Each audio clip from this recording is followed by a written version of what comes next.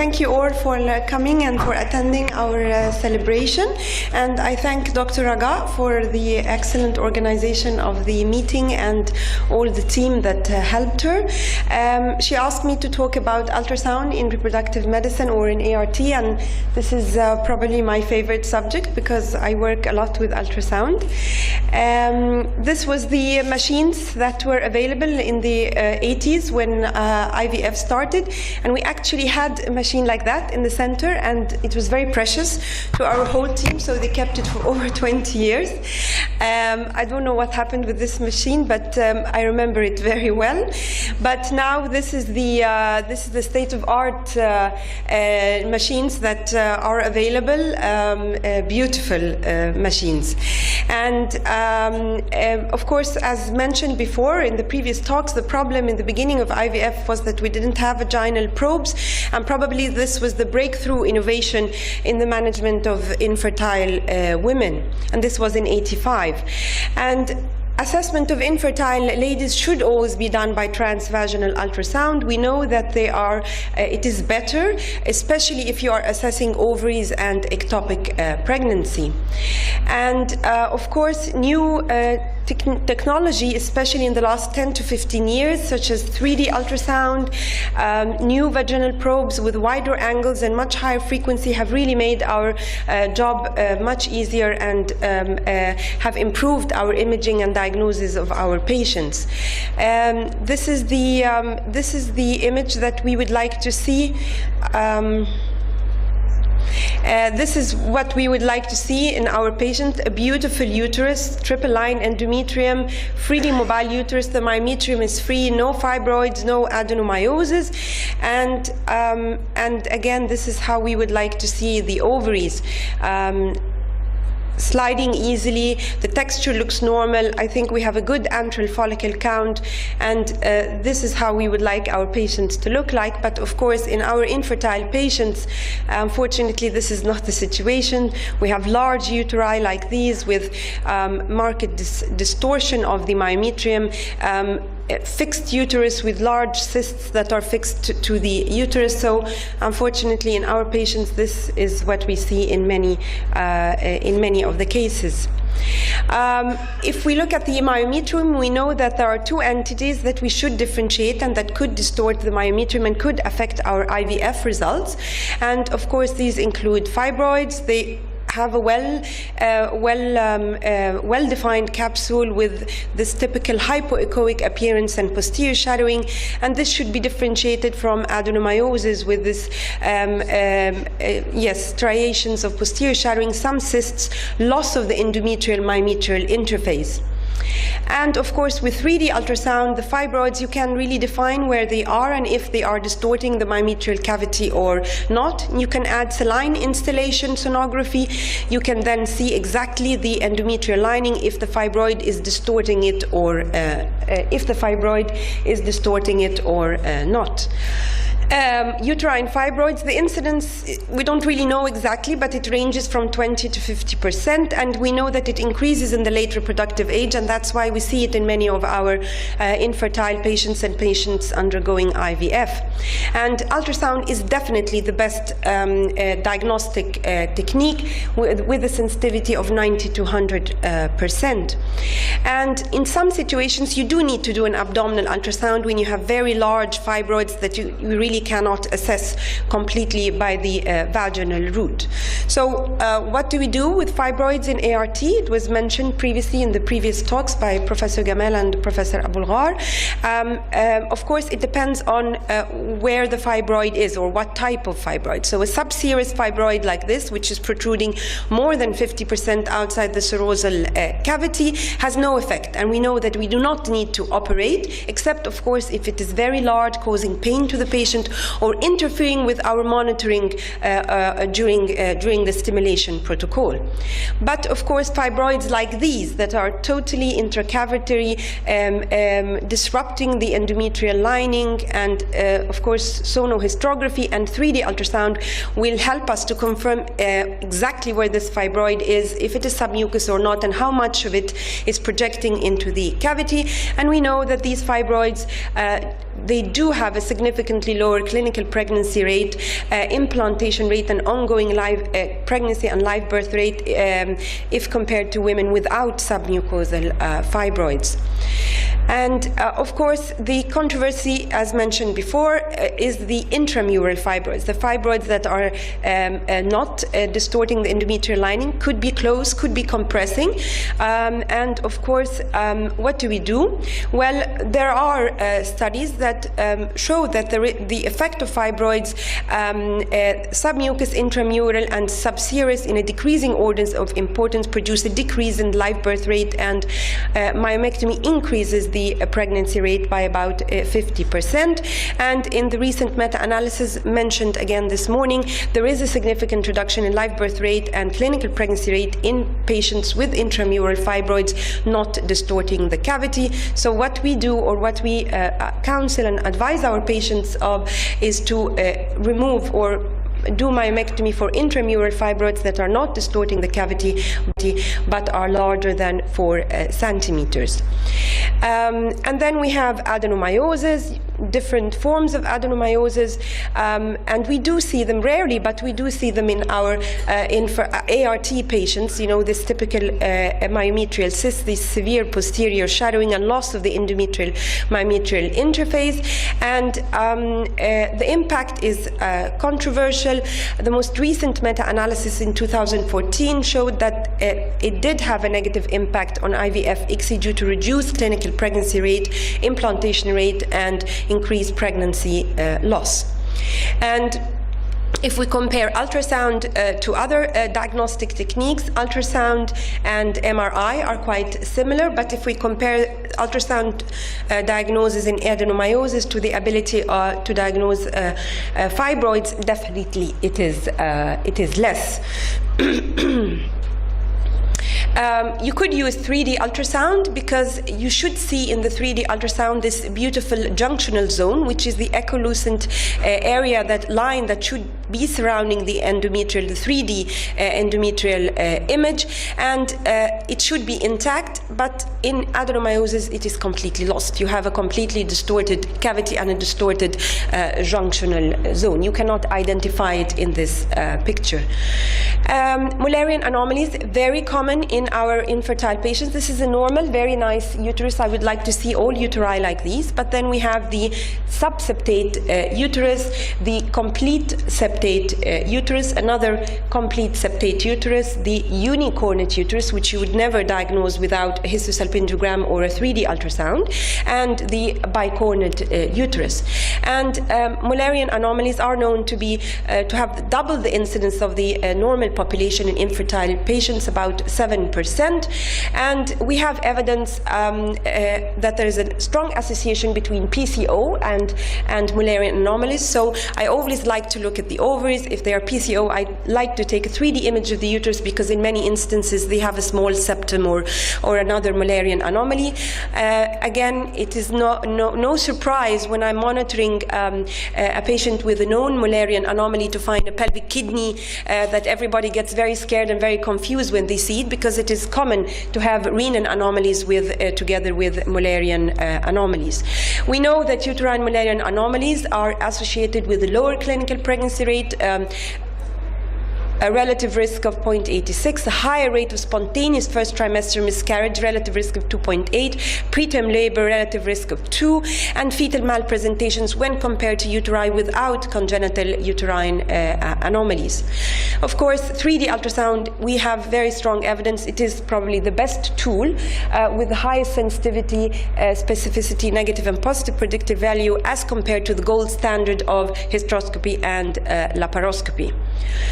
And a major advantage of 3D ultrasound is the ability to get this coronal view of the uterus, to see the septum and measure its depth, its exact depth, its exact width, and you could add power Doppler and see if there is any vascularity. This is information that would be very important for the surgeon if hysteroscopic excision is to be performed. Lastly, very important to check the endometrium. Of course, 2D ultrasound, you have a nice triple line endometrium, nothing is distorting it. But if you do 3D or if you do 3D sonohysterography, you get this very nice image with this nice junctional zone. And you can definitely see that this is a completely distorted uterus by intrauterine synecdoche or Asherman, and another uterus distorted by fibroid. A recent systematic review and meta-analysis showed that the pool sensitivity and specificity of SIS was very high, almost 90% in the detection of all uterine abnormalities. So I strongly recommend that we do saline infusion. It is very easy in the clinic, doesn't need much equipment or much experience, especially if you don't have 3D available in your clinic. Disturbance of the uniformity of this nice endometrium. You can see, if we compare this endometrium to the previous one, you have a very thin endometrial lining. It is echogenic, it is interrupted. You have a thick hyperechoic endometrium and another distorted endometrial myometrial interface. And to confirm the diagnosis, I did saline infusion, and you can see we have a mid-cavity intrauterine adhesions confirmed again by the 3D sono, and you have an anterior endometrial polyp, which wasn't really clear without injection of saline. Polyps are very common findings. They are small, they are large, they are single, they are multiple. We see them a lot, and the exact prevalence in our infertile patients is not exactly known, but it is a very common finding. In most of the patients, they are asymptomatic and are discovered accidentally during ultrasound. If they are symptomatic, probably the patient would be complaining of postmenstrual or intermenstrual spotting. And removal of endometrial polyps prior to IVF is again a controversial issue, because we don't have enough evidence that we must or should remove endometrial polyps. We have some papers showing that if you have a polyp and you discovered it after the patient already started the cycle, it doesn't necessarily change the pregnancy rate, but could increase the rate of miscarriage. But in the recent meta-analysis published 6 years ago, there was some benefit from removal of polyps, 15 or more millimeters in diameter. And in other patients, infertile patients, not necessarily ART patients, there was a benefit of removal of polyps, especially if you didn't have any other reason for infertility. And accidentally discovered polyps after start of induction and monitoring increase the rate of biochemical pregnancy, but have no effect on the clinical pregnancy rate or the live birth rate. And this was also a recent study. Ultrasound of the cervix. Yes, I like to look at the cervix, especially in ART patients, because I want to make sure that the embryo transfer will be easy, will be simple. So we always measure the cervical length and the endometrial cavity length, and we always have a picture like this in all our files of our patients. For our colleagues who do clinical touch embryo transfer, they always like to have this photo to know approximately how much they should enter with the catheter. And of course, if we do ultrasound-guided embryo transfer, we do abdominal ultrasound together with the procedure.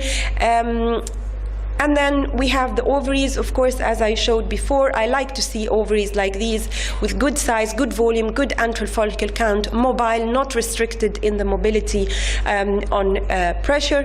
And this is a completely normal ovary. This is how I would measure the volume in 2D in the 3 dimensions. And of course, if 3D is available, using the special software, the Vocal, I can measure the 3D volume of the ovary automatically. And we know that small ovaries with small volumes have reduced ovarian reserve and are probably going to produce a small number of oocytes. We should correlate this with the ovarian reserve tests and give the patient the appropriate protocol. During monitoring, again, with the new techniques, the new technology of 3D ultrasound, you can do automatic folliculometry. This is a special software, not available in all machines, but it takes a volume of the stimulated ovary and it color codes every follicle with a different color and will automatically give you the diameter and the volume of the follicle.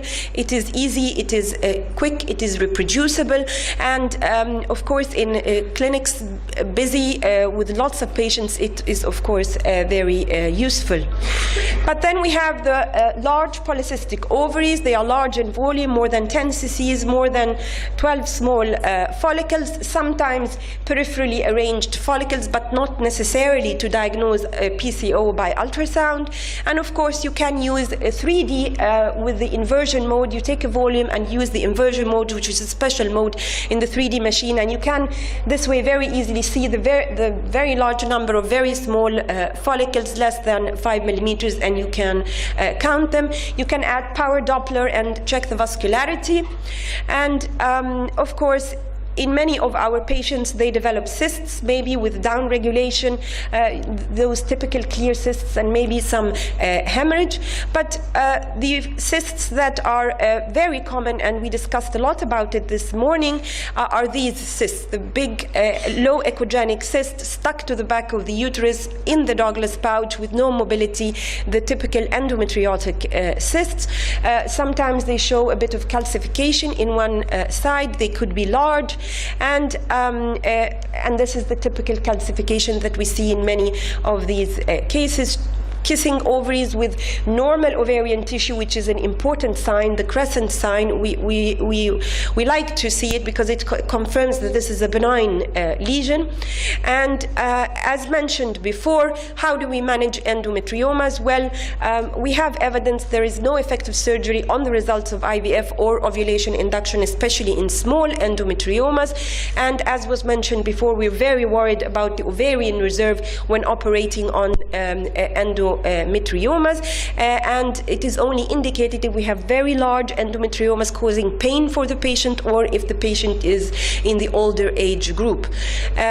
We have a lot of evidence about that it does not affect the chances of pregnancy. And this big systematic review and meta-analysis published in the White Journal in 2014 showed that there was no difference in the result or pregnancy rate or live birth rate of women who had endometriosis or didn't have, or if we compared stage 1 and 2 with stage 3 and 4. So what we do at the Egyptian IVF Center is that we do not recommend removal of the endometrioma, except as mentioned by Professor Surur, if it is very big, causing severe pain for the patient. We advise the patient to go ahead with the cycle, and again, as they mentioned, we try to avoid as much as possible to pierce this endometrioma because we are very worried about infection.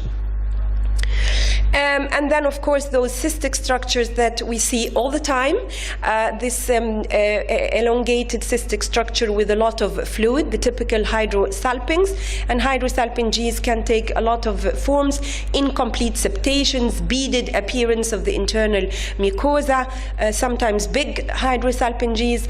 And our group was one of the first groups who published very early in the 1990s the possibility of aspirating pelvic inflammatory cystic masses before IVF, or aspiration of hydro or pyosalpinges in cases of PID. And again, they were one of the first to talk about this issue of fluid in the cavity, and that it could affect the results while doing embryo transfer, and it could be related to the presence of hydrosalpinges that could be causing leakage of fluid inside the cavity and could interfere with implantation.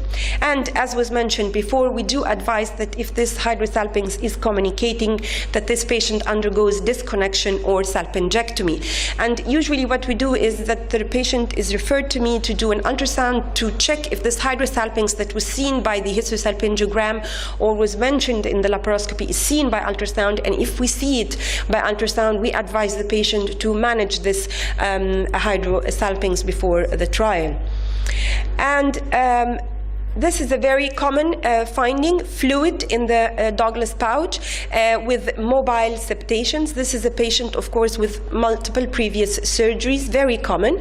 Sometimes it's really problematic or difficult to differentiate this fluid from hydrosalpinx, but we can see that this is just fluid in the pelvis with mobile septations. You can see the ovary is stuck to one side, and it is not an ovarian mass or anything that sometimes is mixed up. You can see the ovary is hanging in the pelvis with adhesions. This is the normal ovary, and it is surrounded by pelvic fluid and adhesions, and we see it all the time in our patients because many of them have had previous history of multiple surgeries.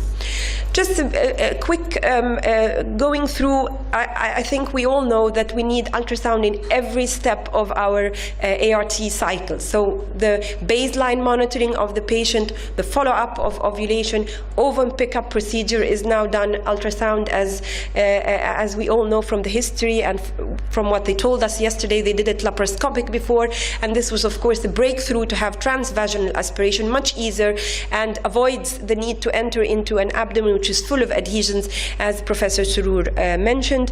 And again, we can do ultrasound-guided embryo transfer. And as I mentioned, you can use the automatic technique of folliculometry. You can, through the ultrasound, do the monitoring and predict that the patient might be developing hyperstimulation. And of course, the ovum pickup, which is done ultrasound-guided. We all have these videos and know exactly how it is performed.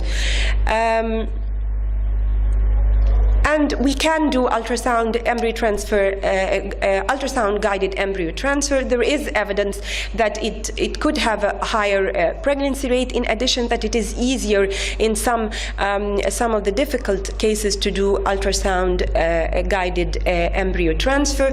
Cyst aspiration, as I mentioned, many of our patients with the long cycles, long GnRH analog cycles, they develop cysts and are very difficult to downregulate, so you need to aspirate the cyst. Again, this is done transvaginally by ultrasound guided. Aspiration of endometriotic cysts, of course, nowadays we do it, we hardly do it. We are very worried about infection, but again, in the early days of IVF, our group published several publications on this issue, the aspiration of endometriotic cysts, but of course, with time, this procedure has decreased, and I don't think we do it anymore for fear of developing infection. And aspiration of acidic fluid in cases of ovarian hyperstimulation. Again, our group at the Egyptian IVF Center published several papers, one of the early papers in the early 1990s, about management of severe hyperstimulation by aspiration of the acidic fluid and intensive IV fluid therapy, and another paper about autotransfusion of the acidic fluid in cases of severe hyperstimulation. Of course, when the patient is at last pregnant, the best way would be to confirm through a transvaginal ultrasound, because we want to confirm that it is viable as early as 6 or 7 weeks. We want to confirm the number of sacs, and especially if we have a high possibility of multiple pregnancies, we want to know this as early as possible in case embryo selection is going to be performed.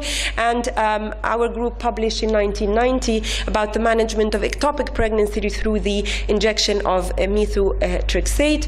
But our technique of embryo selection, if it is to be done, is through the transvaginal technique, just by piercing the embryo without and aspiration without injection of methotrexate. And this we do, of course, in the unfortunate cases of more than 2 embryos.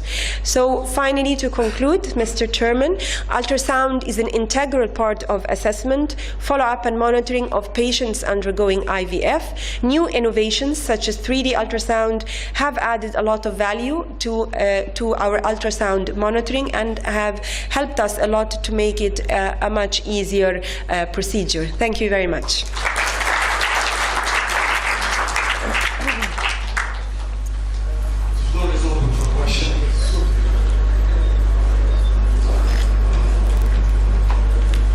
Thanks a lot.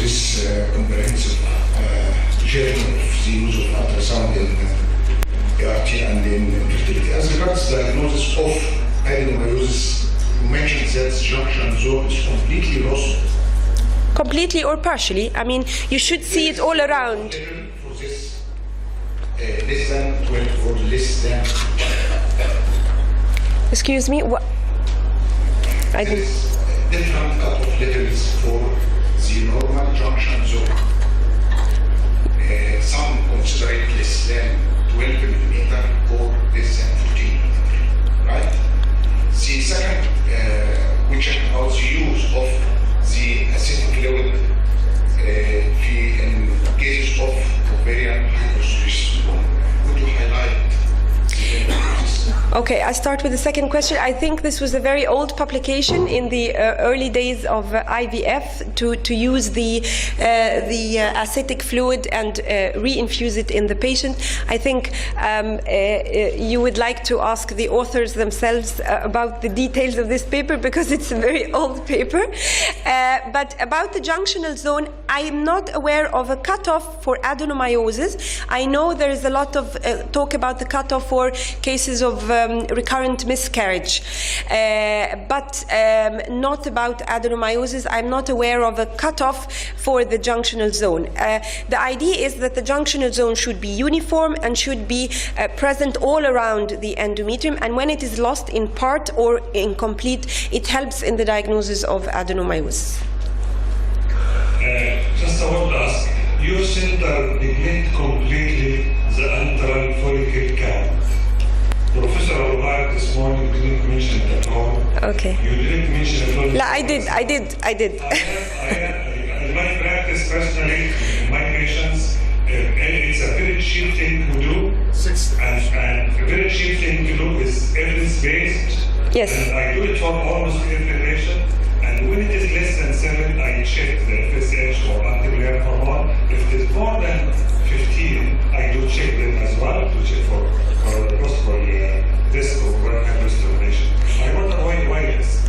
I agree totally, and I don't omit it. Maybe I mentioned it quickly while showing the video. I do measure the antral follicle count in every patient, even if she is not in the early follicular phase. I measure the small follicles, and I make a note of them in the file of the patient. And definitely, I do, as you mentioned, I correlate this with I ask for the AMH to give the specific protocol. But absolutely, I agree totally. The antral follicle count is very important and very sensitive.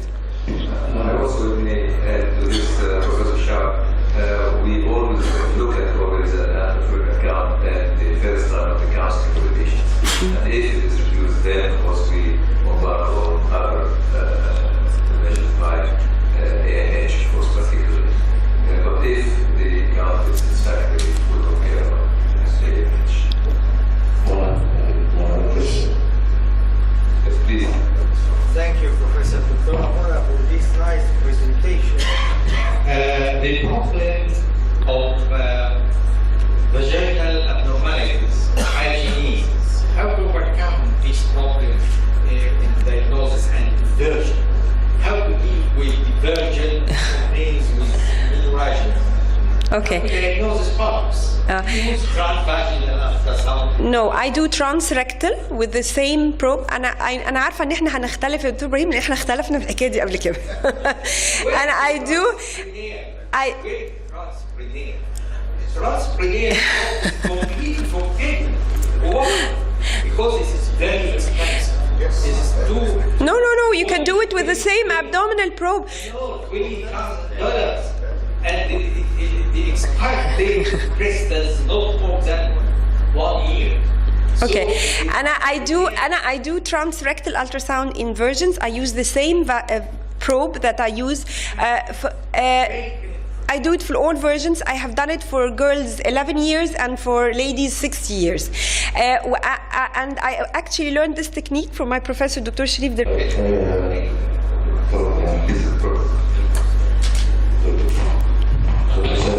I've spotted the problem. And it does simply in other. We use transrectal. Yeah, I do. Yeah, I get the same picture like what you need is to explain and assure the patient. And you need to explain to the patient and assure the patient. And you will get the same picture group discussion. Yes, please. Mona, thank you very much for your very nice presentation. Regarding to the adenoids, it's very easy enough to show it by ultrasound, but this is dry as you have a broken transducer, the cyst, the midline is not equal. It's very simple. But how to advise your group if you have this adenoids, many adenomyosis? ART, you mean ART patients? It's difficult because what can you do for the patient? I mean, you advise her to go ahead with the cycle, and we know that it will decrease her clinical pregnancy rate. There's not much to be. About inversion, you know that now we do inversions. Hysteroscope, office hysteroscope. Yes. Go through the hymen. Yes, I know. We diagnose and we finish any problem in the polyp, with everything. But, sorry, Or the ovaries can be by abdomen. So I think we should have a full experts group discussion at the end of the session. Okay, and we suppose we're to come back now, actually. We were supposed to come back at 2:30. But having said that, can we all be back by 3:15? If that's all possible, please. Quick lunch.